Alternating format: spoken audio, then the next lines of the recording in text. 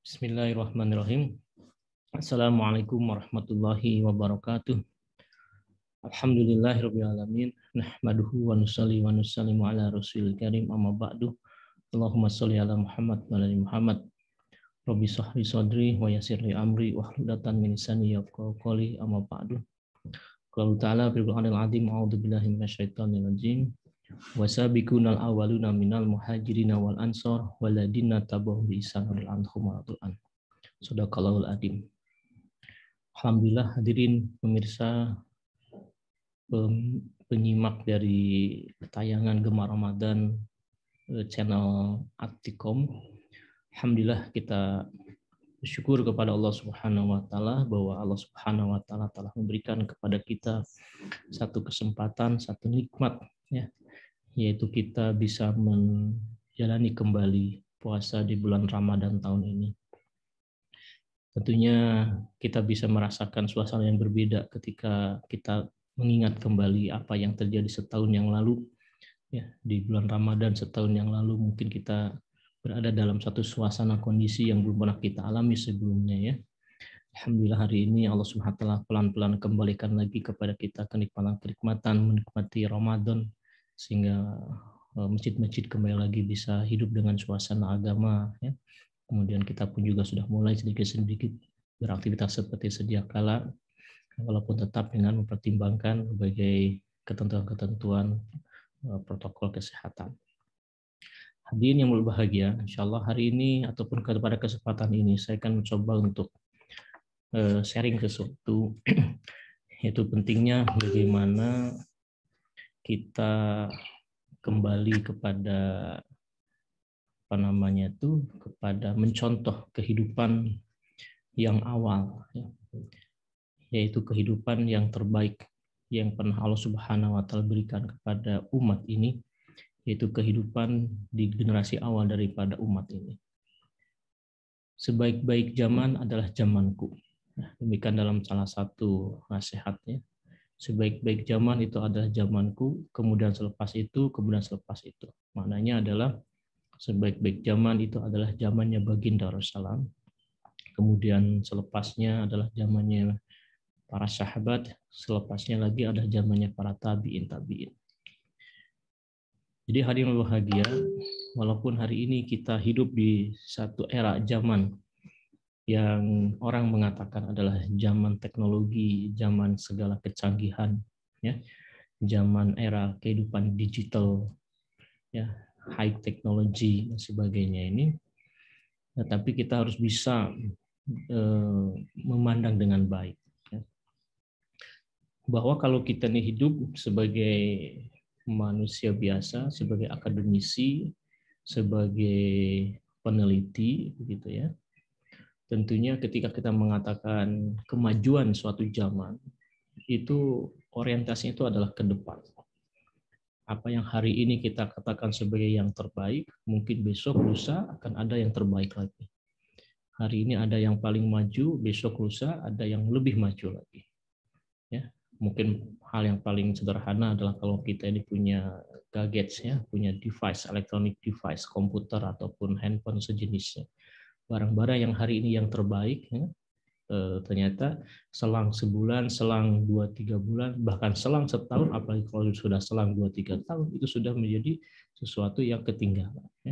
Jadi untuk perkara dunia, yang namanya kemajuan zaman itu orientasinya itu adalah ke depan.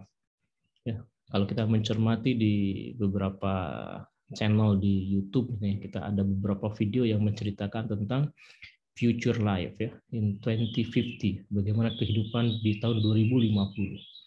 Di mana serba serba otomatik ya, terhubung dari satu sistem kepada sistem yang lain ya. IoT menjadi salah satu tumpuan daripada teknologi ya, kedepannya ini, di mana industri 4.0 ada salah satu juga kemajuan teknologi di zaman yang akan datang. Jadi ketika kita berbicara tentang kemajuan, maka kalau urusan dunia, urusan teknologi itu arah itu adalah ke depan, ke zaman yang mungkin 10 tahun, 20 tahun lagi. Tetapi berbeda, saudara sekalian, kalau kita ini mengatakan yang terbaik dari zaman ini dalam perkara agama. Sebelumnya tadi dikatakan Rasulullah SAW bersabda, sebaik-baik zaman itu ada zamanku. Ya. Nah, zamannya baginda Rasulullah. Kemudian summa ba'dahum. Kemudian selepas itu ada zamannya para sahabat. Selepas itu ada zaman para tabi'in. Padahal kalau kita tengok sekalian di zaman itu, orang mungkin mengenal zaman ataupun mengistilahkan dengan zaman unta. Ya, zaman di mana serba sederhana. Ya. Kemudian juga kehidupannya pun juga kehidupan yang mungkin jauh berbeda dengan kehidupan kita sekarang. Ya. Tetapi di mata Allah Subhanahu Wa Taala, ya, di mata pemilik langit dan bumi, di mata baginda Rasulullah, ya, makhluk yang paling baik, yang Allah kasihi, yang Allah cintai, itu baginda Rasulullah. Rasul mengatakan sebaik-baik zaman itu adalah zamanku. Ya, zaman ketika baginda Rasulullah hidup. Kemudian semua ba'dahum. Itu zamannya para sahabat, zamannya para tabi'in. Nah, kita harus memaknai sekalian dengan benar, ya, bahwa dalam hal agama, dalam hal pengamalan agama, maka dalam mengamalkan agama kita rujukannya itu adalah ke zamannya Rasulullah, ke zamannya para sahabat. Di zaman itulah Allah Subhanahu Wa Taala menolong Rasulullah, menolong para sahabat, menolong umat Islam dengan sebab itu adalah amal-amal agama yang mereka kerjakan, dengan sebabnya itu adalah iman yakin yang mereka miliki. Ya. Sehingga Allah Subhanahu Wa Taala berikan kepada mereka ini satu gelar yang hari ini walaupun semua orang berusaha untuk meraih gelar itu, ini tidak ada lagi gelar itu akan turun. Ya, gelar yang akan didapat oleh kita hari ini itu tidak akan sebanding, ya, apapun yang kita usahakan hari ini kita tidak akan lagi dapatkan gelar. Tetapi Allah Subhanahu Wa Taala telah memberikan satu gelar kepada generasi awal umat ini. Itu apa? Gelar radhiyallahu anhum wa radu an. Wasabiqunal awwaluna minal muhajirin wal ansar waladina tabi'u bi ihsan radhiyallahu anhum wa radu an. Sesungguhnya orang-orang terdahulu dari kaum muhajirin dan ansor, dan siapa saja yang mengikuti mereka dengan baik, mengikuti mereka dengan baik, maka Allah akan memberikan keriduannya, ya, radhiyallahu anhum wa radu an, ya. Allah juga akan memberikan keriduannya. Jadi hari ini kalau kita mendengar ada sahabat disebutkan namanya, ya, sahabat Abu Bakar radhiyallahu anhum, sahabat Umar radhiyallahu anhum, sahabat Utsman radhiyallahu anhum, ya, sahabat Ali radhiyallahu anhum, sahabat Abdurrahman bin Auf radhiyallahu anhum, sahabiahnya juga begitu, ya. Sahabiahnya Aisyah radhiyallahu anha, ya. Ummu Kulsum radhiyallahu anha, kemudian Fatimah radhiyallahu anha, dan sahabat-sahabat dan sahabiah yang lainnya. Gelar radhiyallahu anhum dan gelar radhiyallahu anha itu sekalian itu Allah Subhanahu Wa Taala berikan kepada generasi awal, ya, para sahabat dan para tabi'in. Nah, kenapa? Karena mereka sekarang adalah orang-orang yang telah teruji keimanannya, orang yang telah teruji keyakinannya, orang yang telah teruji amalannya, sehingga Allah ridho kepada mereka. Nah, dalam konteks ini maka kita juga begitu, ya. Jadi kemajuan agama hari ini sekalian itu sama sekali sebenarnya tidak ada kaitannya dengan kemajuan teknologi. Ya, kemajuan agama hari ini itu adalah sejauh mana amal-amal agama itu bisa kembali lagi hidup di tengah-tengah kita, sebagaimana amal agama itu dulu hidup di zaman Rasul dan para sahabat. Ya. Nah, sehingga sebagai contoh saja secara sederhana, ya, kita harus memaknai itu sekalian. Misalnya sekarang, ya, kita harus menghidupkan teknologi itu dengan cara yang benar. Ya, jangan kemudian kita beralih ketakjubannya itu kepada teknologi. Ya, kita lupa kepada ketakjuban kepada pencipta teknologi, kepada pencipta manusia itu sendiri. Ya. Contoh saya sekalian, misalkan saja hari ini di bulan Ramadan, alhamdulillah, ya, di bulan Ramadan, alhamdulillah hari ini adalah bulan di mana kita ini banyak membaca Al-Quran. Ya, alhamdulillah, ya, masya Allah, ya, dari waktu ke waktu, ya, kita membaca Al-Quran. Ya. Tetapi sekalian dengan kemajuan teknologi sekarang dimudahkan kita dengan Al-Quran ini. Ya. Kemudahannya apa? Sekarang alhamdulillah ada namanya Al-Quran digital. Alhamdulillah hari ini ada namanya tuh Al-Quran di gadget kita, ya, di komputer kita, di handphone kita, alhamdulillah ada semuanya. Tetapi sekalian, kita harus tetap memahami bahwa teknologi itu adalah alat bantu saja. Teknologi itu adalah sarana penyempurna saja, tetapi hakikatnya itu ada tetap kepada apa yang dahulu ya Rasulullah SAW dan para sahabatnya telah laksanakan. Sehingga sekalian, sebaik-baik kita membaca Al-Quran ya tetap sebaiknya tetap berpedoman ataupun tetap berpanduan kepada mushaf Al-Quran. Ya. Nah, sebagai contoh saja sederhana, ya. Kalau kita ini mencium mushaf Al-Quran itu masya Allah, itu ada satu nuansa lain dalam hati kita. Kan? Melihat Al-Quran, membaca Al-Quran, mencium Al-Quran, masya Allah, itu ada sesuatu yang luar biasa dalam hati kita. Ya. Bahkan kalau Quran itu terjatuh di lantai misalnya, dengan segala kemuliaan, dengan segala kehormatannya, kita akan angkat Al-Quran, kita akan cium tuh Al-Quran, ya, kita akan letakkan Al-Quran di posisi yang selayaknya. Ya.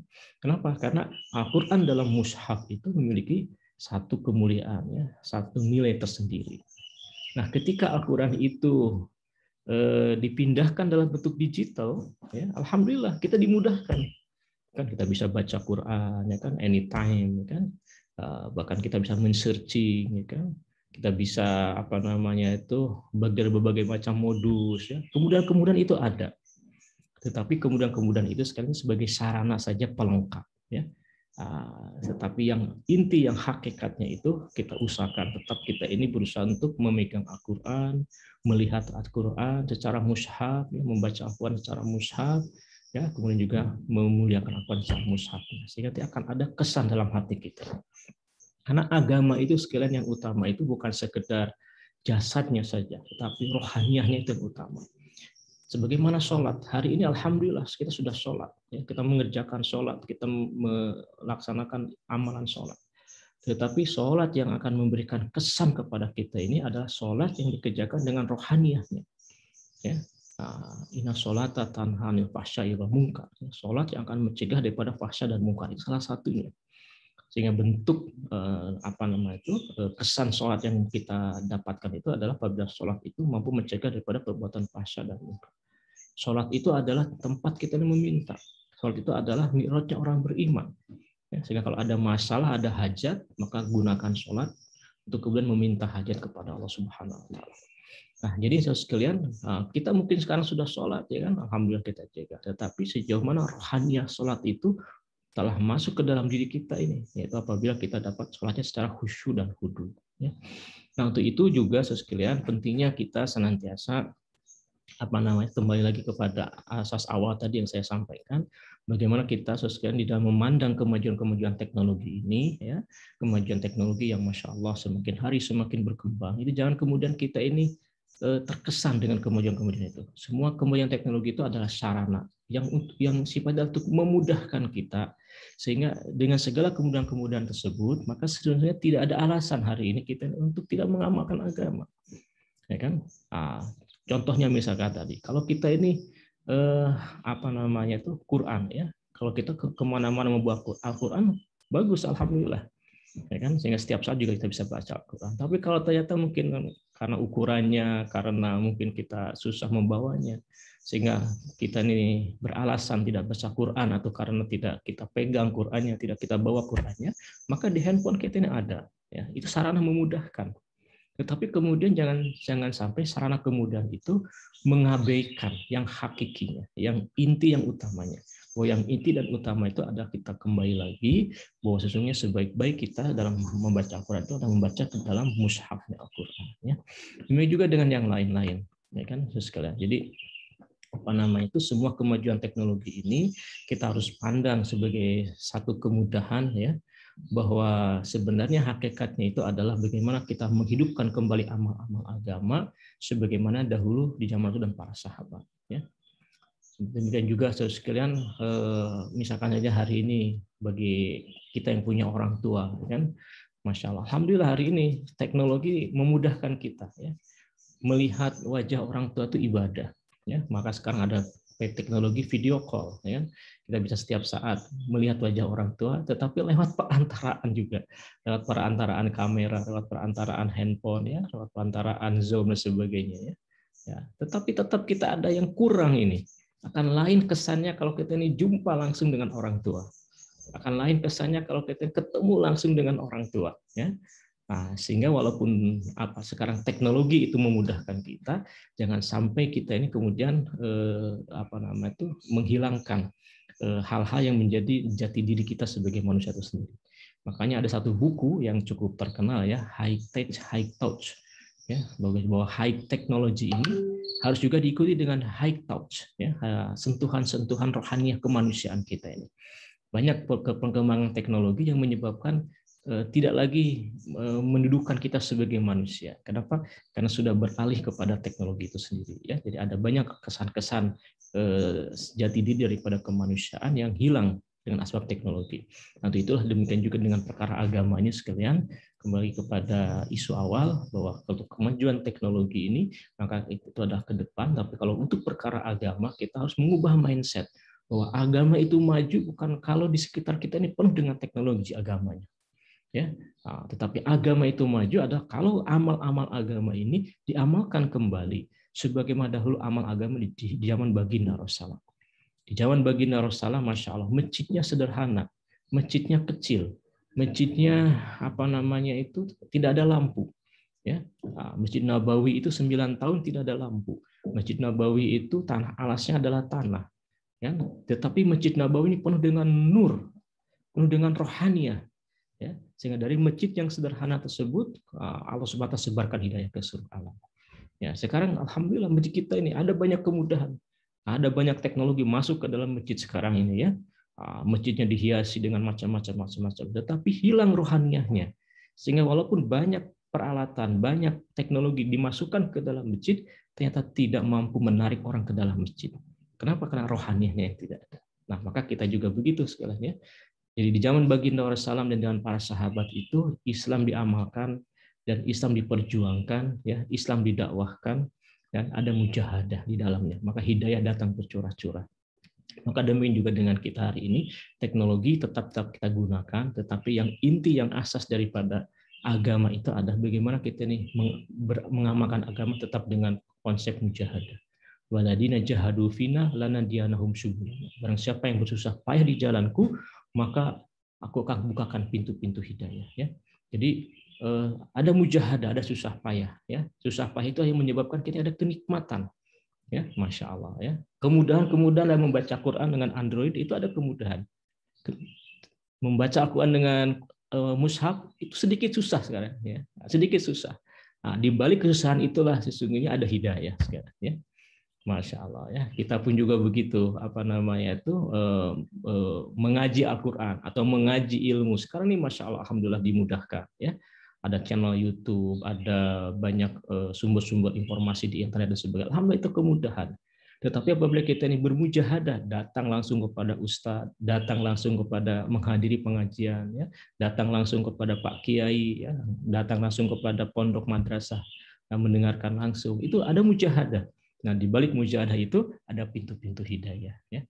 Nah, itulah maka insya Allah mudah-mudahan kita semuanya hadirin yang bahagia, kita tetap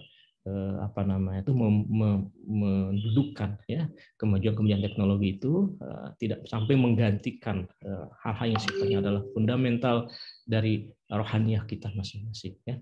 Semoga Allah SWT berikan taufik kepada kita semuanya, tetap bisa istiqomah dalam menjalankan agama kita ini sebagaimana agama telah diamalkan oleh Rasulullah SAW, ya, dicontohkan oleh baginda Rasulullah, diamalkan oleh para sahabat, para tabiin, karena kita pun juga berharap ya gelar yang sama, yaitu apa? Radhiyallahu anhum. Demikian yang benar dari Allah Subhanahu wa taala, yang salah khilafan saya mohon ikhlaskan. Tutup dengan doa kifaratul majelis. Subhanallah wa bihamdihi, subhanakallahumma wa bihamdika, asyhadu an la ilaha illa anta astaghfiruka wa atubu ilaik. Assalamualaikum warahmatullahi wabarakatuh.